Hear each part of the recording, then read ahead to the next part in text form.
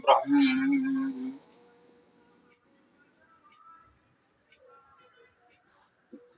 ओम। पुरुष सूक्त यजुर्वेद मंडल 10 सूक्त 90 मंत्र 16, ये इस पुरुष सूक्त का समापन मंत्र है।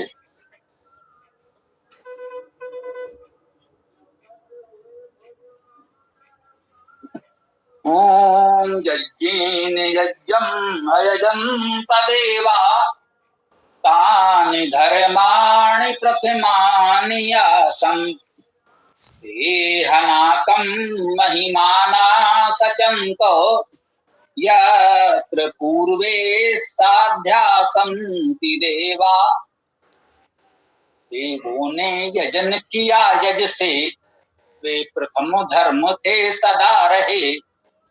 वे पूर्व साध महिमान देव, अकुटिल अविचल सिंचन करते। सब साध देव जन वहीं रहे।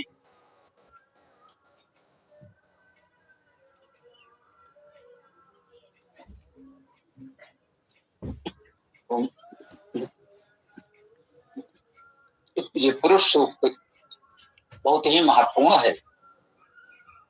षष्ठ सूक्त है, षष्ठ की प्रक्रिया भी बताई गई। षष्ठ को एक यजन के रूप में प्रस्तुत किया गया और इस समापन मंत्र में उसी यजन के रूपक को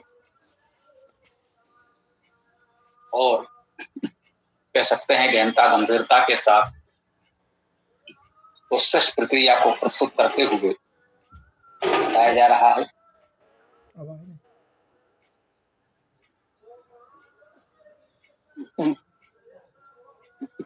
ओम यज्ञेन यज्ञम महत्वपूर्ण पद है। यज्ञेन तृतीया विभक्ति करण कारक एक वचन। यज्ञेन अर्थात यजन द्वारा, यजन के साथ भी कह सकते हैं। यज्ञेन यजन द्वारा, यज्ञम अर्थात यजन को, यजन द्वारा यजन को। यजन करना है तो उसके लिए किसी अन्य सामग्री की आवश्यकता नहीं। स्पष्ट कह रहे हैं, यजन करेंगे तो किससे यजन करेंगे? यजन से ही यजन करेंगे। यजन मुख्य रूप से भावना है। यदि धातु का अर्थ देव पूजा, संगति दान करना, हम सब जानते हैं, बहुत बार चर्चा हो चुकी है इस शब्द पर, इस पद पर। यज्ञेन यजन द्वारा, यज्ञम यजन को, अयजंत तो यजन किया। अब सौंदर्य भी दर्शनीय है। अयजंत क्रियापद है, क्रिया उपसर्ग यज धातु। अयजंत अर्थात यजन किया या यजन करते हैं, ऐसा भी वेद में कह सकते हैं। अयजंत आ जो क्रिया उपसर्ग होता है, लौकिक संस्कृत में तो भूतकाल का प्रतीक है, परंतु वेद में क्योंकि सर्वकालिक सत्य है इसलिए किया या करते हैं। अयजंत अर्थात यजन किया या यजन करते हैं, कह सकते हैं। देवा अर्थात देवता, जो देव हैं, तो चाहे प्रकृति के देव हों, जैसे हम लोगों ने कहा सर्वप्रथम जो ऊर्जा प्रकाश ध्वनि आदि उत्पन्न हुए, ये प्रथम देव कहे गए। पहले वही उत्पन्न हुए तो प्रथम देव षष्ठ में ही कहे गए। परमेश्वर तो देवाधिदेव परम देव है ही, जब सृष्टि बन रही है तो यही प्रथम देव थे। समाज की दृष्टि से देखें तो जो समाज के विद्वान प्रकाशमान मनीषी हैं, उनको हम देव कहते हैं।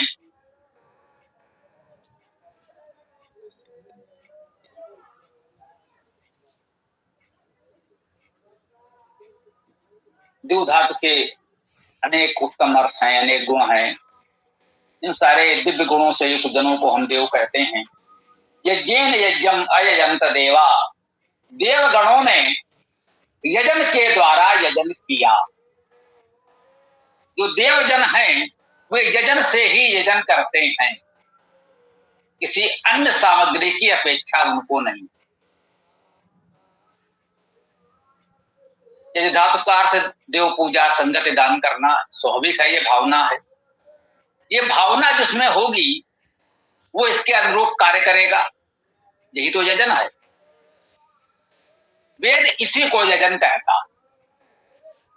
शेष लोक में प्रचलित कर्मकांड कभी किसी समय किसी मनीषी विचारक विद्वान के मन में आया होगा, एक कर्मकांड के रूप में समाज में लोकप्रियता देने के लिए, लोगों को जोड़ने के लिए एक व्यवहारिक उपाय के रूप में प्रचलित कर दिया होगा। और वेदों का अध्ययन अध्यापन स्वाध्याय शताब्दियों से लगभग नहीं हो रहा है, इसलिए यजन के वास्तविक स्वरूप को लोग भूल गए। वेदों से परिचित ही नहीं हैं तो फिर कैसे सत्य स्वरूप को समझे हैं। तो जो कुछ लोक में चला आ रहा है, अधिकांश लोग स्वयं को थोड़ा जानकार भी मानने वाले बस उसी प्रक्रिया में ही हैं। उसके आगे इनको जानने समझने का प्रयास बहुत कुछ थोड़े लोग ही कर पाते हैं, अपने अपने प्रकार से वो भी प्रयास करते हैं। यहाँ स्पष्ट कहा जा रहा है, यज्ञेन यज्ञम अयंत देवा, देवों ने यजन किया यज से, यज से ही यजन किया। तानि धर्माणि प्रथमानि आसन, तानि वे बहुवचन में है। धर्माण ये धर्म का बहुवचन है, धर्म। प्रथमान ये प्रथम का बहुवचन है, ध्यान दीजिएगा। कोई गंभीरता से नहीं समझेगा तो कहेगा भाई प्रथम का बहुवचन कैसे बना दिया। भाई हम तो अभी तक यही जानते आए हैं कि भाई इतने लोगों में ये प्रथम है, किसी भी प्रतियोगिता में ये प्रथम आए, परिवार में, समाज में, किसी संस्था संगठन में भाई ये प्रथम है। परंतु वेद हमको बता रहा है, इस सृजन के सूक्त पुरुष सूक्त में हमको बताया जा रहा है, तानि धर्माणि प्रथमानि आसन। आसन अर्थात थे, ये अस धातु का बहुवचन है। अयजंत भूतकाल में माने तो आसन भी भूतकाल की क्रिया है, स्थे को है कह लें तो भी ठीक है, वेद में कोई समस्या नहीं है, स्वीकार्य है, सर्वकालिक सत्य है। तानि धर्माणि प्रथमानि आसन, वे प्रथम धर्म थे और हैं।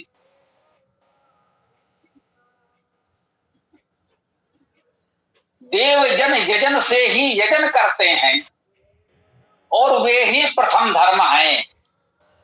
यजन को बहुत महत्ता प्राप्त है, यजन बहुत महत्वपूर्ण है, इसमें कोई संदेह नहीं। यहां भी कहा जा रहा है, तानि धर्माणि प्रथमानि आसन, वे ही तो प्रथम धर्म है। यजन हमारा प्रथम धर्म है, लेकिन ये कोई कर्मकांड की प्रक्रिया नहीं है, इसके लिए किसी सामग्री की आवश्यकता अपेक्षा नहीं है। देव पूजा हम समाज के विद्वानों की सेवा सहायता करें, ये देव पूजा। हम प्रकृति का संरक्षण करें, ये देव पूजा। भूमि जल वायु आदि का प्रदूषण न होने दें, उनको मलिन न होने दें, ये देव पूजा। वृक्षों वनस्पतियों प्राणियों का संरक्षण करें, उन्हें नष्ट न होने दें, ये भी देव पूजा। क्योंकि संपूर्ण प्रगति समग्र रूप में हमारे लिए आवश्यक है, हमारे जीवन के लिए उपयोगी है। तो समाज के विद्वान मनुष्यों को देव कहते हैं, और प्रकृति जिससे हमारा जीवन है उनको भी देव कहते हैं। सूर्यो देवता, चंद्रमा देवता, वायु देवता, ये सब देवत्व से युक्त हैं, क्योंकि हमारा जीवन इन सबके सहयोग से चलता है। तो मानव समाज में जो विद्वान मनीषी हैं वे देव हैं, और प्रकृति में हमारे जीवन में सहायक ये सब देवत हैं। हमने वृक्षों वनस्पतियों नदियों पर्वतों में देवत्व देखा है, ये कोई अंधविश्वास नहीं है, ये हमारी भावना है। क्योंकि इनसे हमारा जीवन चलता है, इसलिए हम इनमें देवत्व मानते हैं। भाव यही है कि हम इनका संरक्षण करें, विनाश न होने दें। अब इस बात को न समझकर लोग उनका एक प्रतीक पूजन करके उसे और प्रदूषित करने लगे, तो ये यजन तो नहीं हुआ, यजन के विपरीत हो गया, ये धर्म नहीं अधर्म हो गया। कह रहे हैं यज्ञेन यज्ञम अयंत देवा तानि धर्माणि प्रथमानि यासन। देवजनों ने यजन से यजन किया और वे ही प्रथम धर्म थे। वे देवजन, उनका देवत्व, उनके सद्गुण, उनके सद्भावना, ये यजन की भावना और ये यजन का कर्म, यही तो प्रथम धर्म थे, यही प्रथम धर्म है। लेकिन प्रत्येक कर्म कांड नहीं, यजन की ये भावना यही प्रथम धर्म है, इसमें कोई संदेह नहीं है। कहते हैं ते हनाकम महिमाना सचंत। ते अर्थात वे, ये सर्वनाम है, बहुवचन में है, प्रथमा विभक्ति में है। ते अर्थात वे, हा बल देने के लिए, जैसे हम लोग अभी अपनी वर्तमान बोली में ही कह देते हैं। वेद में, संस्कृत में हा भी आता है, ही भी आता है, लघु ही होता है, इकार ही।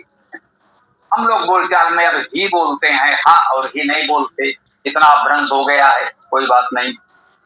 ते हनाकम, वे ही नाक को, नाकम द्वितीय विभक्ति एक वचन में है, तो कहेंगे नाक को। अब ये नाक क्या है, अब जो भाषा व्याकरण से परिचित नहीं है, वे नाक का अर्थ वर्तमान अपनी बोली में प्रचलित नाक कर दें, तो इसे तो अनर्थ ही कहा जाएगा।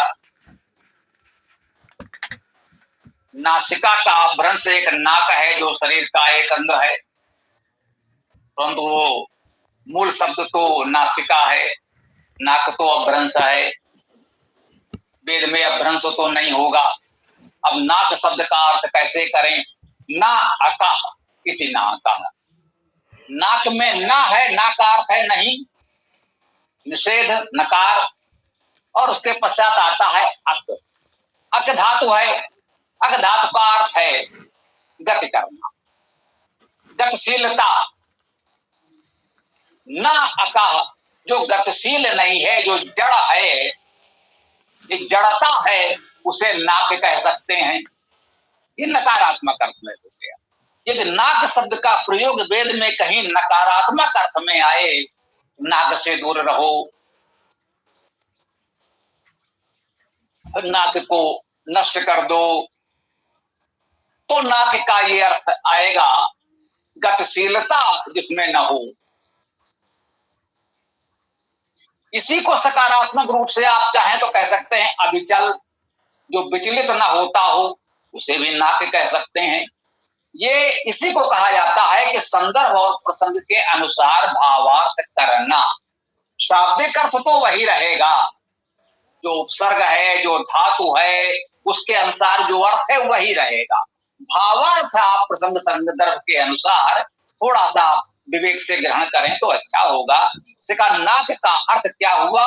ना, नहीं, निषेध, नकार, और अक धातु है गति करना। तो इसको हम अविचल भी कह सकते हैं, जो विचलित ना हो, और गतिहीन भी कह सकते हैं। बात इतनी सी नहीं, अक धातु का अर्थ गति करना तो है, लेकिन इसमें एक विशेष प्रकार की गति के लिए अक धातु का प्रयोग होता है। गति के अर्थ की तो बहुत सी धातु में है। अक धातु में कुटिल गतौ ये कहा गया है विशेष रूप से। गतौ सामान्य है, लेकिन इसमें विशेष क्या है? कुटिल गतौ, कुटिल गति करना, कुटिलता से चलना, जिसमें कुटिलता हो। तो कह रहे हैं ना अका, जो कुटिल ना हो, अकुटिल हो। नाक उसे कहेंगे जो अकुटिल हो। अब देखिए मंत्र कह रहा है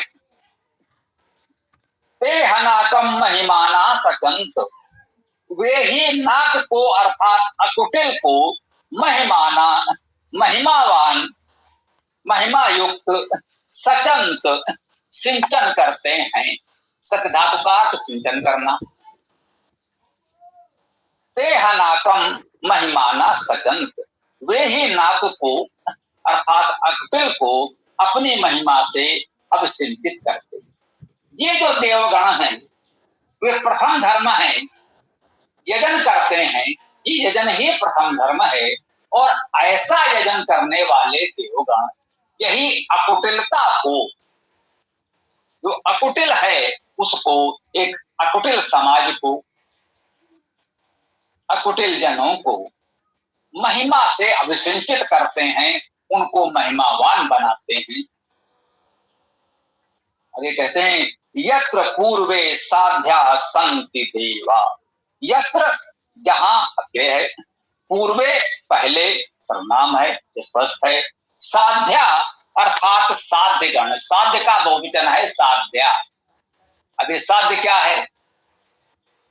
जिसे साधा जा सके। अब ऐसे भी क्या विद्वान जो किसी से बात ही न करें, इतने बड़े विद्वान हैं किसी से बात ही नहीं करते। ऐसे देवजन हैं, इतने उच्च हैं कि कोई उन तक पहुंच ही नहीं सकता। नहीं, उनको साध्य होना, उन्हें साधक होना चाहिए। वे स्वयं साधना करते हैं, दूसरों को उस साधना से जोड़ते हैं, और वे हमारे लिए साध्य होते हैं, असाध्य नहीं होते, अप्राप्य नहीं होते, दुर्लभ नहीं होते, अलभ्य नहीं होते, वे साध्य हैं। समाज का भला ऐसे ही विद्वान मनीषी करते हैं। यत्र पूर्वे, जहां पहले साध्या संत गण, संत अर्थात हैं होते हैं, जहां पहले से ही साध्य हैं, और वो साध्य कौन? देवा, देवजन। साध्या भी बहुवचन में है, देवा भी बहुवचन में है। कहते हैं जहां पहले से साध्य देवगण हैं, देव वो जो साध्य हूं। ऐसे क्या देव जिनको आप मनाते रहे वे मानते ही नहीं। जो देव अलभ्य हैं, दुर्लभ हैं, जिन तक पहुंचना कठिन हो, वे देव कितने भी बड़े, कितने भी शक्तिशाली, कितने भी अपने आप में कुछ भी हो, लेकिन हमारे आपके लिए, समाज के लिए उपयोगी नहीं। देवजन वही हमारे लिए उपयुक्त हैं जो साध्य हैं, जिनको साधा जा सकता है, जिन तक पहुंचा जा सकता है।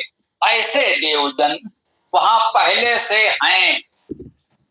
जहां देवजन यजन से यजन करते हैं, ये प्रथम धर्म जहां निर्वाह होता है, जहां लोग इस प्रथम धर्म का पालन करते हैं, वे ही अपनी महिमा से नाकम अर्थात अकुटिल को अभिसिंचन करते हैं, अभिसिंचित करते हैं। और कहते हैं वहीं पर पहले ही सबसे आगे, सबसे पहले आपको साध देवजन मिलते हैं। देवजन हैं, वे दिव्य हैं, विद्वान हैं, मनीषी हैं, सद्गुणों से युक्त हैं, सामर्थ्य से युक्त हैं, लेकिन वे साध्य हैं, जन सामान्य के लिए सुलभ हैं, हमारे लिए उपयोगी हैं। हम जब चाहें तो उनकी योग्यता, क्षमता, मार्गदर्शन का लाभ उठा सकते हैं। समाज में ऐसे देवजन होने ही चाहिए। यदि समाज में ऐसे देवजन रहेंगे तो समाज निश्चित रूप से निरंतर प्रगति करता रहेगा। यदि ऐसे देवजन नहीं रहेंगे, उनके स्थान पर यदि अयोग्य, अपढ़, अविद्वान बाबा जी, गुरु जी बनने लगेंगे तो निश्चित रूप से समाज का पतन होगा। यदि हमें सत्य सनातन वैदिक धर्म का संरक्षण करना है तो निश्चित रूप से हमें अपने बीच ऐसे विद्वान देवजन चाहिए, ऐसे लोगों को बनाना होगा। कुछ लोग इस प्रकार के प्रयास कर रहे होंगे, तो उनकी सहायता, सहयोग करके उन्हें आगे बढ़ाना होगा। हमें स्वयं भी इस योग्य बनना होगा कि हम साध देवजनों में सम्मिलित हो सकें, तो हमारा सत्य सनातन वैदिक धर्म निश्चित रूप से समुन्नत हो सकेगा। यही उपाय है। वर्तमान के सारे संदर्भ, सारे प्रश्नों का यही एकमात्र उत्तर है जो इस सूक्त के अंतिम समापन मंत्र ने हमको बहुत स्पष्ट रूप से बताया। इसे हम पढ़ें, समझे, विचार करें, अपना लें, तो निश्चित रूप से बहुत अच्छे परिणाम हमको मिल सकते हैं। ओम। अब आप लोग अपने प्रश्न विचार आज प्रस्तुत कर सकते हैं। ओम खम।